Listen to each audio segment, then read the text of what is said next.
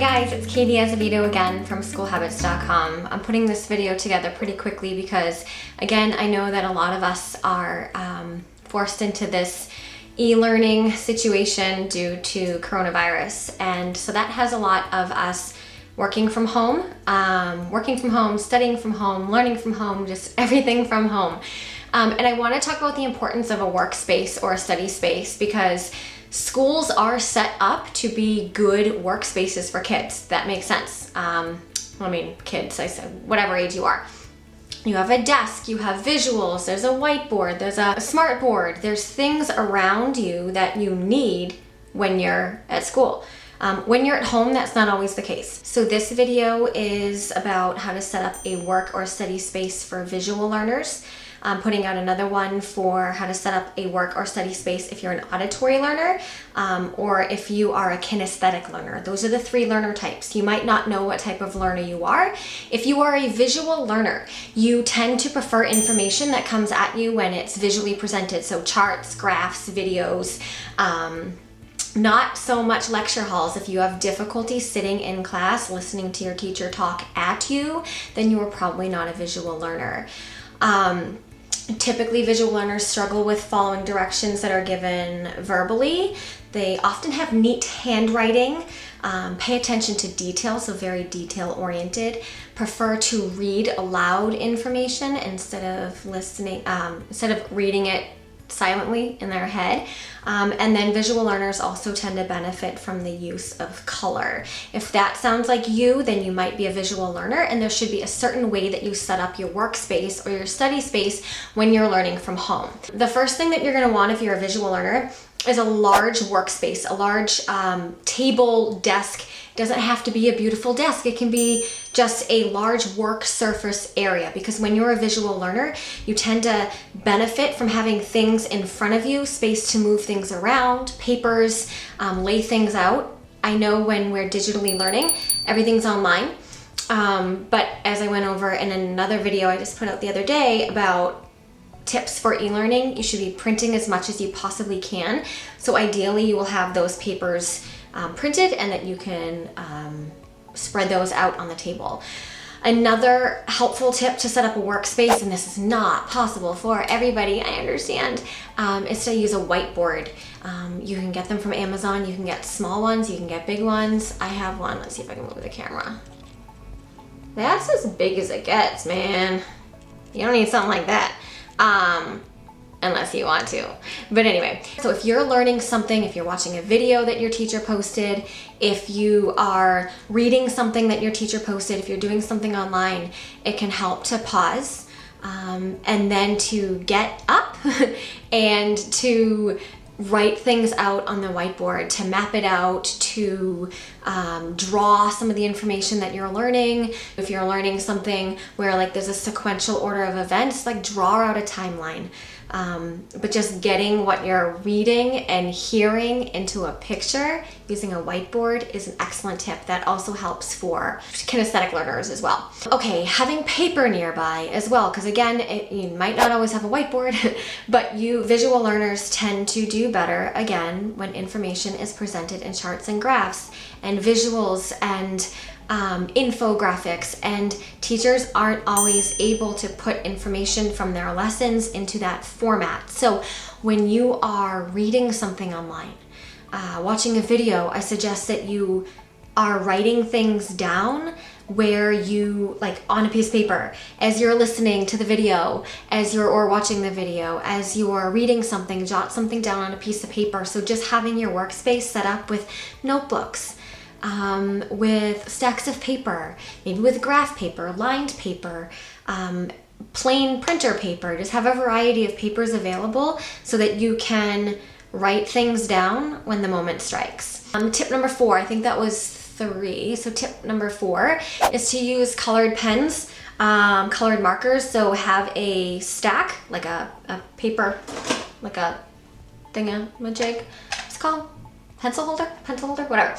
Have that nearby, stocked already on your desk, because you want to set up your desk space like a learning environment, and you are going to need your tools. So again, you want to set up your work or your study space to reflect your learning style, which is visual, which means you're going to want to use color, write things down, and you don't want to have to get up every 2 seconds to go find a pen. Have that supplied and stocked right on your desk so you're ready to go. Another one is you want to be really strategic about your colors around you. There's something called color theory, like red is supposed to stimulate hunger, I think, so that's why a lot of restaurants employ red like around, like red tablecloths and red walls so that people get hungry, blah.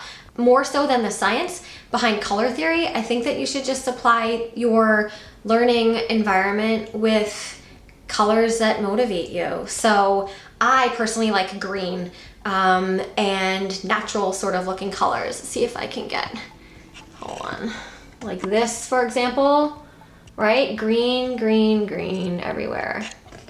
Green on the walls, green rug, whatever. If you like blue, then get a blue blanket and put it on your chair. Use blue pens, use a blue notebook. Just, you want to make your environment, your study space, visually appealing. So using colors that you like so that you don't dread sitting down to work. That's the whole idea. It's hard to sit down in front of a computer and just do your work, but if you have things around you that motivate you, that are inspiring to you, then you're going to have a better learning experience. So tip number 6 is to keep on your workspace only the materials that you need. So keep it super clean. If you're a visual learner, you're going to be overstimulated by visual clutter. So if you have like your snack wrappers and your, water bottle and then your sunglasses and then all the materials that you need for all your lessons and all your classes all scattered around on your table, you're not going to be able to focus the way that you would normally be able to focus if you just had a clean space. So clear off the clutter, keep only what you need. If you're doing a math assignment, have just the math stuff, your calculator, your paper, your graph paper, whatever you need. Tip number 7, not always possible. Again, I understand this. So these tips here are in an ideal world, so pick and choose what you're able to make happen, right? But tip number 7 is to try to position your workspace near a window or with a view outside. So again, visual learners are inspired by things that they see around them in the environment. And when you're learning online, you do have to turn away from the screen now and again. And sometimes we take what we're learning, we have a minute, right, where you just like gaze in this direction, taking a break, thinking about what you were learning, thinking about nothing at all, thinking about lunch, whatever it is that you're thinking about in that moment off. And you want to have a window where you can look out, because visual learners, again, tend to be inspired by nice looking aesthetic things. And chances are that's going to come from the view out your window and not necessarily from the room that you're in. All right, the 8th tip is to, at the end of the day or at the end of your learning, the end of your lesson for the day, or when you're done with your school, clear off everything from your desk. Neaten it up, put your colored pens back in their pen bucket, straighten out your papers, put things away that you're not going to need until the next time you sit down. That way, when you come back to your study space the next time, you can just jump right in. You don't have to spend any time clearing up the visual clutter that you just left from before. I know when we're done learning, sometimes it's like you click submit and you just want to get up and out of there. You're like, boom, done. I'm done with this. Take the 2 minutes it's going to take you to straighten things out.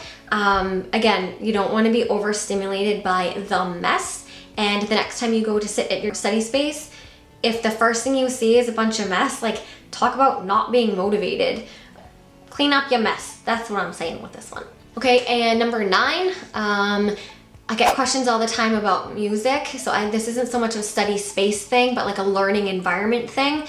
Some students swear that they can only focus when they're listening to music.